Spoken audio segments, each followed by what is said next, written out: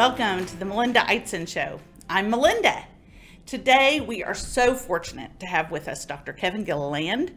He is in private practice as a mental health professional in the Dallas area, used to be with Innovation 360, known all over the place in the substance abuse area. I have sent people to Kevin for years, and they love me because he did such a great job helping them. Welcome, Kevin. It is so good to be here with you. It's not even funny. And yes, we have worked together for years now. Yeah. We don't need to guess. It's been a while, and it's been very good. So it's a mutual feeling and respect. Great to be here. I'm so glad you're here. So you were with Innovation 360. The name suggests that you founded that, true? Yes, this is true.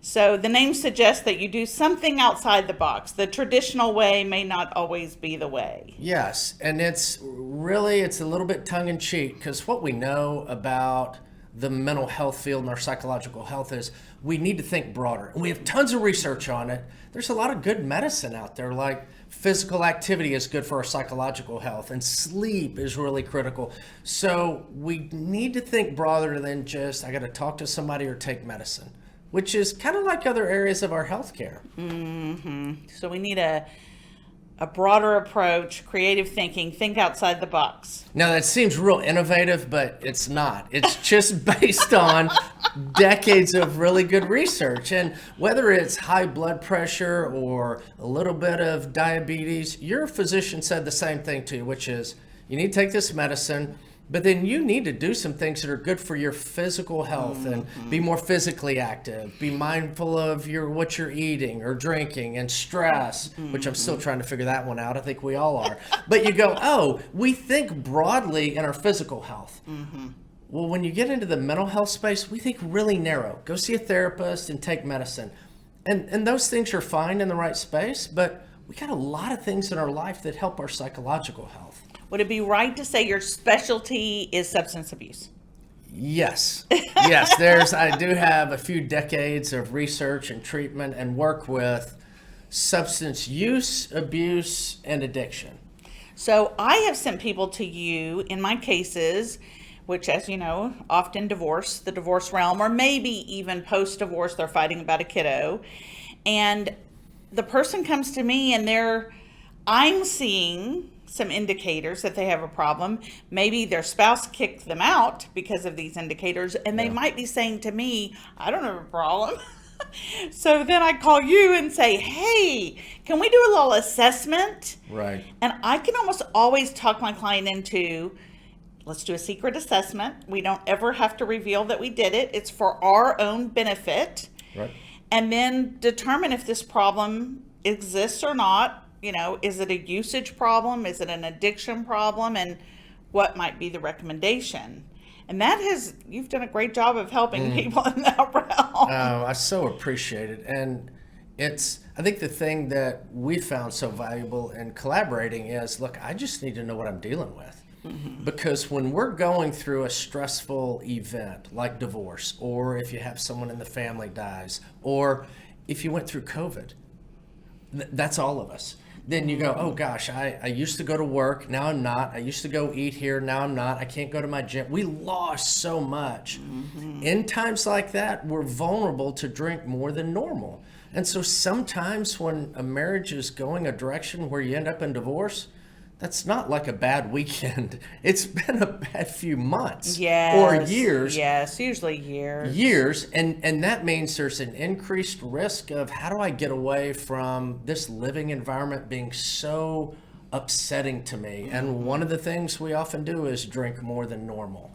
Whatever people's bad habit was, it kind of got amplified by it absolutely COVID. We're either going to drink more, eat more, walk less, gamble more, everything. We struggled for a lot of months because our routine was so disrupted. We couldn't settle anywhere we were.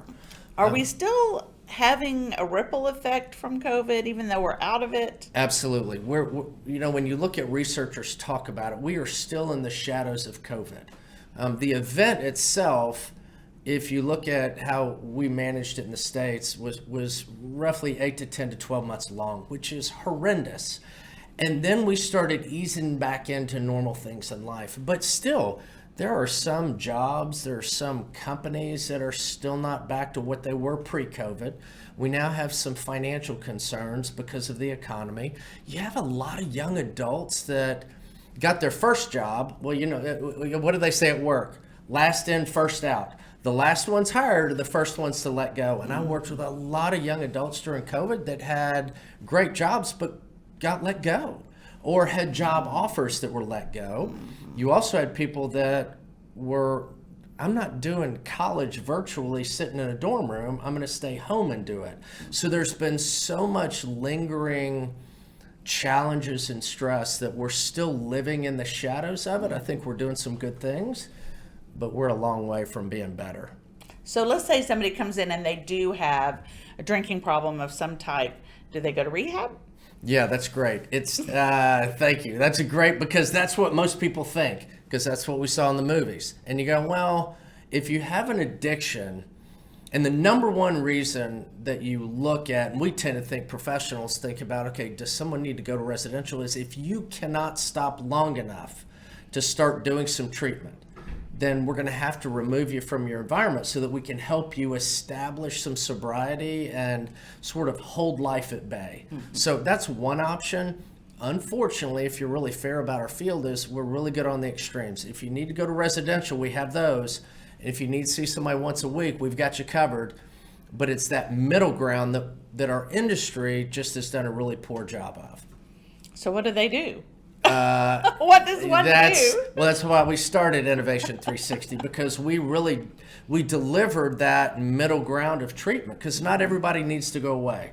And so what you have to look at is you do have resources in your environment. And so if it is severe, or it's that moderate to severe, then you look at 12-step groups are fantastic. Things like Alcoholics Anonymous. They're free. They're free, and there's a lot of them. There's Celebrate Recovery. There's Rational Recovery. There's a lot of groups, and really what you're looking for is a community. And whether it's stopping drinking or stopping smoking or becoming more physically active, we're more successful when we're around people that are trying to do that. And so that's all you get with that, is you get this community that's been successful at doing what you're trying to do. So there's that piece, seeing somebody individually or adding a group. And it's hard to find good groups that are more therapy groups that help you deal with the things in life that often get disrupted when an addiction develops. Because when an addiction develops, we let a lot of stuff go, whether it's alcohol or drugs or anything. We stop doing things we love, right? Because you've had a drink or two, or you used a little bit of pot, and friends text you, they're getting together to go do something. You're like, well, not now. I've already kind of started. So I don't want to drink and drive, or I don't want to get behind the wheel, and so we start limiting our social interactions. So you go, okay, well, you need to get plugged back in and reestablish some healthy relationships and activities. And groups are a great place to do that. And see a physician. If you've been doing that, if you've been using a large amount of substances over a long period of time, check with your doctor. Just those alcohol and other drugs can really disrupt our system. So you want to make sure you do that in a way that's healthy and safe.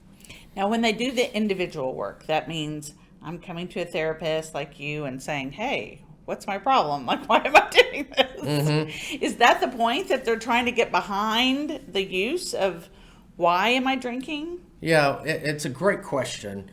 If you do something, whether it's caffeine, I always talk about caffeine because most people drink coffee. You drink coffee? I don't, but I drink soda. Okay, that counts. It's still caffeine. It is. Right? And then you go, okay, well, I can probably have 3 or 4 cups of coffee, because right now I've been drinking caffeine. Well, 6 months ago, I stopped drinking coffee. If I'd had 1 cup, I'd be a little jittery. And so you develop this tolerance. And you go, okay, well, I'm starting to ask caffeine to do something for me, which is keep me awake. Well, my problem is sleep. And I'm asking it to do something for me. And what we're vulnerable to do is to ask alcohol to do something for us. And whenever we do that, we start to get in trouble. Most humans consume alcohol in normal ways, at a meal, when they're with friends, or at a special occasion. But when I drink every night when I get home because I've got such a stressful job. I'm asking alcohol to do something for me. And so, or it's sleep. I was visiting with somebody, a new patient, about 2 weeks ago. They drink every evening. And I'm like, well, that's an odd time to drink. What are you trying to do? Well, for him, it was, I'm trying to get my head to be a little quieter, or else I can't fall asleep. You go, okay. Well, you're asking alcohol to do something for you. And that's when we're at risk of developing an addiction. So as you're sitting and teasing that out, you go, oh, well, now I know why you drink every evening at like 8 or 9 o'clock. That's an odd time to drink. It's not odd for you if you're trying to fall asleep. You're asking alcohol to manage a stressful life and improve your sleep. It doesn't do either of those, by the way. So it's not good at the things we're asking it to do. That's exactly right. So you go, okay, there are better ways to solve that problem. If you want to enjoy beer with some friends or a meal, great. Or a margarita, we're in Texas with a meal, fine. But if you're having a margarita at 9 o'clock at night so you sleep, fun fact, it disrupts your sleep. You're going to get less sleep. Now you have a misperception. Oh, I'm sleeping better. No, when we study sleep after you've had alcohol, you don't get restful sleep. So it actually disrupts it. So when I sit down with folks, that's part of what we tease out is, what are you asking alcohol or pain medications or pot? What are you asking it to do for you? And that's when we're really vulnerable to develop a problem. So when you have group work, you said it's good to find a good group. Yep. Not all groups are created equal. No, they are not. Groups are like a mom and pop restaurant. Your favorite, wherever you're watching this from, if you've got a great mom and pop burger joint, well, there's only one of that shop. Like you can't, it's not a chain. And that's what groups are like. They're like a mom and pop restaurant that you absolutely love. And if you think about it that way, you'll find one you really enjoy. And it might have a focus, like only men or Yes. only women or only people of a certain age. Are younger people having more problems than they used to? Yes. And that's a fair statement. It's not an old person looking at kids today. That's not what I'm saying. Part of it is, we have to be fair. They are living in a world that is far more challenging than we faced. Some of that is social media, absolutely. Some of it is the competitiveness and the expense of getting into colleges. We have far more mom and dad with very successful careers. And you go, okay, there are a lot of challenges for young adults that we didn't face. The world is much bigger, much louder, and is nonstop. And so it is more challenging for them. Past 10 years, we've seen rates, especially of anxiety, which is just excess worry. And that's almost the stress that becomes toxic. It can lead to, all I do is worry and I can't fall asleep and my mind won't shut down. That's the single biggest problem we're seeing with young adults today. And COVID hit them harder than any other age group. So I really felt for the college age kids. Because college is such a fabulous experience in life. Everybody looks fondly on that time, and theirs was just ruined. They didn't have it at all. It was wrecked. College on a screen, forget that. Listen, I don't know about you, but I don't think I'd be sitting here if I had to do virtual school. We don't all do well on virtual school. Yeah. And most importantly, that time period, and even high school students, it's when you're starting to get a feel for, okay, what are you good at? What do you enjoy? What are your gifts and talents that are just God-given and you're trying to figure your way in the world?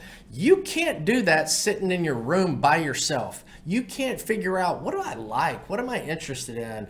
What do I bring to friendships or to a class or that dynamic learning and growing experience? And they didn't get that. And it's that social psychological exploration of the world that group lost out on. And it's fortunately, they've been back really last year and this year of some of those same experiences, which I would argue is as valuable as any subject you're studying for. That is the most significant. You've done some work on like failure to launch. Tell us about that. Yeah, so that's, and it's not just an American term. That's actually something that we see written about and researched across the world. And it's fairly new, past 15 years, and it's really this young adult that finishes that period of time growing up in the house and then stepping out into the next phase of life.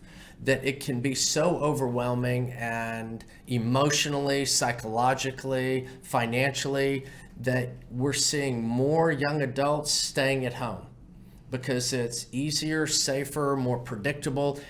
It's less expensive. Well, yeah, but that may not be good for you. Right. And so it's if you're not careful as parents, we'll step in to do things to help them and look up and go, oh my gosh, we're 5 years down the road. Yes. We only did that thinking it would be a summer or it'd be for a couple of months. And that's what's created a challenge for parents of, I still have to actively parent, even though it's a young adult, because they're struggling to step in. What's that next thing they're going to do in life? And that's a big step. And if they live with you, you're witnessing their life, like what you don't know when they don't live with you. Listen, I don't want to know. We do not want to know. No. There is, yes. And worse, we start to get hypervigilant. We're watching every little thing. And, well, imagine if someone did that to us. Oh, my goodness. Like, if my wife did that to me, I would be irritated by Friday. You go, okay, well, they're young adults. How do we, and that's the art, and it's a very challenging phase as parents, is to parent young adults, because there's more of an art to it. I can't just tell them. I've been doing that for 20 years. So how do I step into that conversation in a way that gets them excited or sees opportunities that they haven't seen yet? So in your private practice, besides substance abuse, which we talked about, what else do you do or like to do to help people with? A lot of the excess worry. It's incredibly treatable. And if you're dealing with a lot of excess worry, you're going to deal with some depression, because if you keep thinking that the worst possible outcome is going to actually happen, eventually that's going to drag your mood down. You're going to start to be like, okay, if the worst outcome in my mind is always going to happen, oh, that's awful. That's an awful way to live. But that excess worry it impacts our mood. So I end up working with a lot of anxiety. Do you tell them stop watching the news? Because that's what I say. Literally. Don't watch the news. So before I came over, I had a session with somebody that I literally, an older gentleman that is wrestling with excess worry. And it's one of the things I asked. I'm like, okay, well, how often are you on your phone, also known as a computer, and how much are you watching the news? Because it has an effect on us, and it can have a very disruptive effect on us if we're not careful. That without question is an issue. It's funny. I get asked a lot, hey, what do we do about these young teens and their phones and how they're using their phones? I'm like, well, first of all, their parents do a horrible job. We literally have to pass laws so that the people out there on the street adults aren't reading their phone and going 65. So we don't manage it well. We are not modeling. We are not modeling. But to be fair, in our defense, we're getting used to having phones as well. And if we're not careful, we will do nothing but work 24/7. And so we're having to learn when do I need to put my phone down? I don't mind saying, because it's just you and I talking, I'm embarrassed to say how many times my wife and I have sat down to watch a movie or something at home, and I look up and we're both looking at our phones. And I'm like, well, are we wanting to read articles or watch a movie? But why are we doing both? This? Yes, apparently we're doing both poorly. Yes. And so you just got to be fair. We're learning to do that as well. But nowadays, there's such emotionally charged news. It's not unbiased like it used to be. And we gravitate to a place that if we're not careful, it's going to be one of the sources that can really disrupt us, because there are some very disrupting things going on in the world, and we have to manage that well. And we can't control it. So when people tell me, oh my gosh, I'm so upset, blah, blah, blah, I'm like, don't watch the news. They say, how can you say that? They're appalled that I say don't watch the news. You have to stay informed. I said, you know what? I can control the impact I have right here and now. I can have a positive interaction with you. We can help some people know more about mental health. That's what I can do. But I cannot solve the problems in the Middle East. No. Dwelling on them isn't going to help anything. And if you're not careful, you will, that's user error. If you're not careful, you're going to keep consuming and I don't know why people don't want to be around me. Well, because you're not enjoyable to be around. You're crabby. I mean, you're angry, scared to death. I'm like, look, this is wherever you're living, manage that well. That is plenty. And it doesn't mean to be ignorant about the news, but be thoughtful about it. I mean, what I do for a living and what you do for a living is incredibly emotionally demanding and challenging. I am very cautious about what I watch and what I consume. I get very little news do I get from live TV. I have print that I read. I've got my short list that when I want information, I go to these sources because I can manage it. I can look at it. I can scroll through it. But gone are the days where you just leave the news on in the background while you're getting ready for dinner. It's going to be the angriest dinner you've had. I mean, you're like, wow, why is Dad always angry at dinner? Well, because it's agitating. And so we have to be mindful of that. It's like, I was talking with a lady one time about her divorce, going through a divorce, and it is hard to get away from it. You have to work to get away from it, like the news. And she said to me, she goes, God, it's all anybody wants to talk about. And I'm like, question, is it all you want to talk about or all they want to talk about? And I said, that's all I want you to think about for the next week.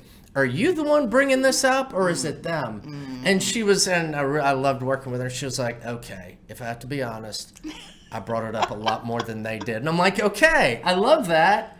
Just be curious and go, what is it that's agitating me? And it might actually be my fault a little bit. Okay, well, good. Now you know what problem to solve. That's my test. If a client can have any self-reflection, yes, right? If they can say, oh, maybe I had a part in the failure of my marriage. That's my mental health test. That is a great one. You know what? My version of that is, can you be curious? Can you just be curious? I know you think your husband did this for these reasons, or you think that this situation is because... Can you just be curious and wonder, okay, well, I wonder what it actually might have been. And it's that same test of, do you have the emotional and mental space to wonder? Because now you're more concerned about solving the problem than being right. And if that's the way you're thinking, you got a chance of making it through this. So a very popular diagnosis, I would say right now, is bipolar. Everybody's bipolar. Is everyone bipolar? Well, here's a fun fact, Melinda. If everybody's bipolar, then no one's bipolar.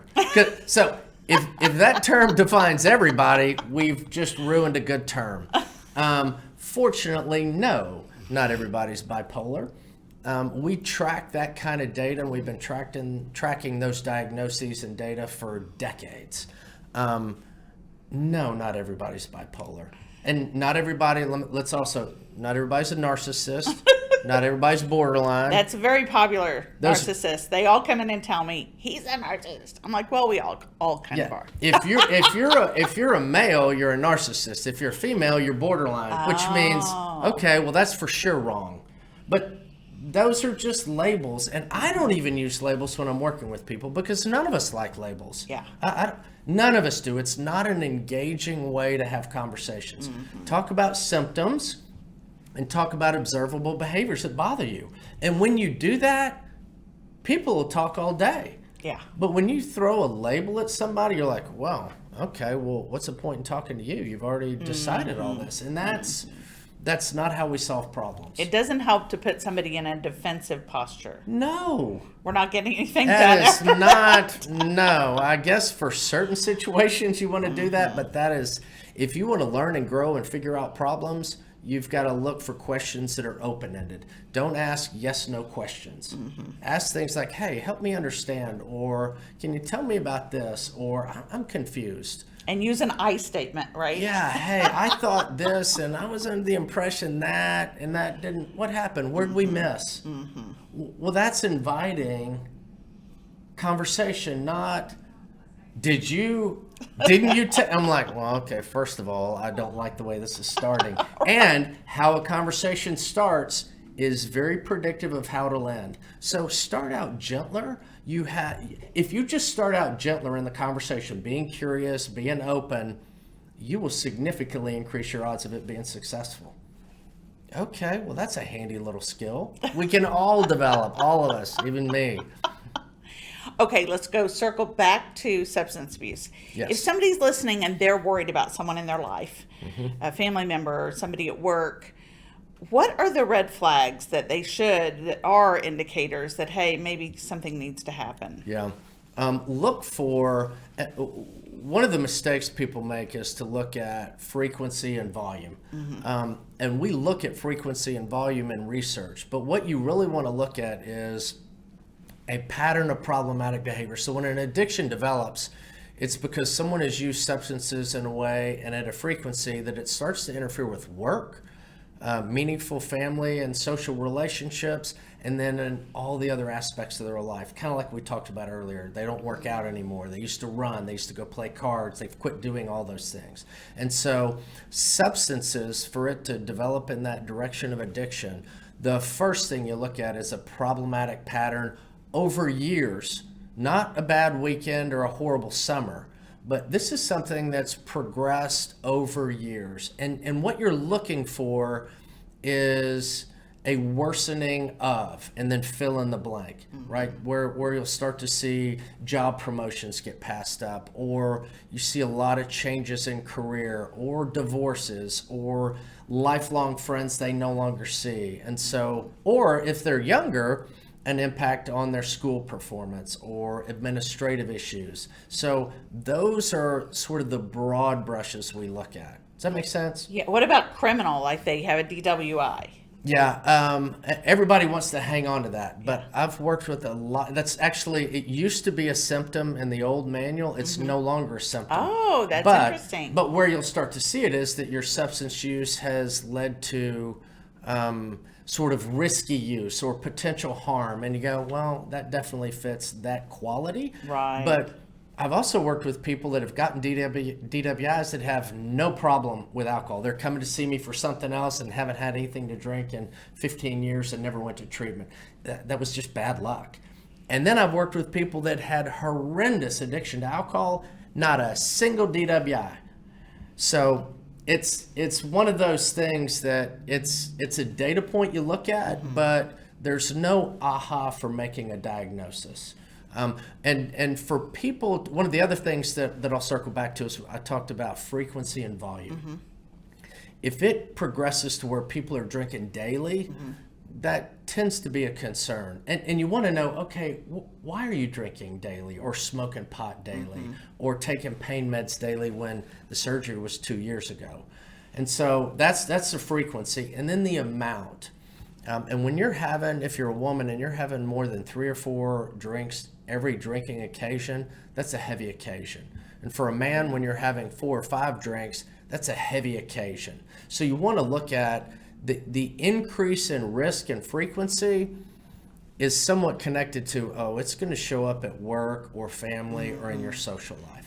I have some cases where the person has, let's say, a drug problem and they know it, but they never do it where it would impact the children. Like they just drop out. They go someplace else and go do it. And then I have other cases where, oh my gosh, like dangerous drinking and driving, or I had one where they're at the Polo Ralph Lauren store and they just fall down drunk on the floor and the 5-year-old's with them. Yeah. So what's up with that? Like, why do some people realize, hey, this is a bad choice, but I'm not going to endanger my 5-year-old? And some people have no separation. Yeah, it's okay. That's a fantastic question that really stay with me, folks. I'll try not to bore you. We only have like 2 minutes. One of the hallmark. Okay, so then you get the short version. The hallmark classic symptom of an addiction is loss of control. That's the Ralph Lauren store. There are some people that will stop at problematic use that doesn't spill into legally or with the kids or at work.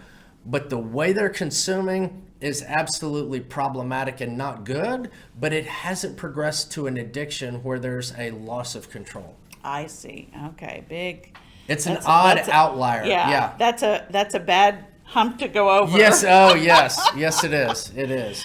Thank you so much for being here. You are such a wealth of information, and I know you will continue to have great success, and I would recommend anyone in the Dallas-Fort Worth area who needs individual counseling or substance abuse assessment, please look up Dr. Kevin Gilliland. We will have his contact information on the screen so you can find him.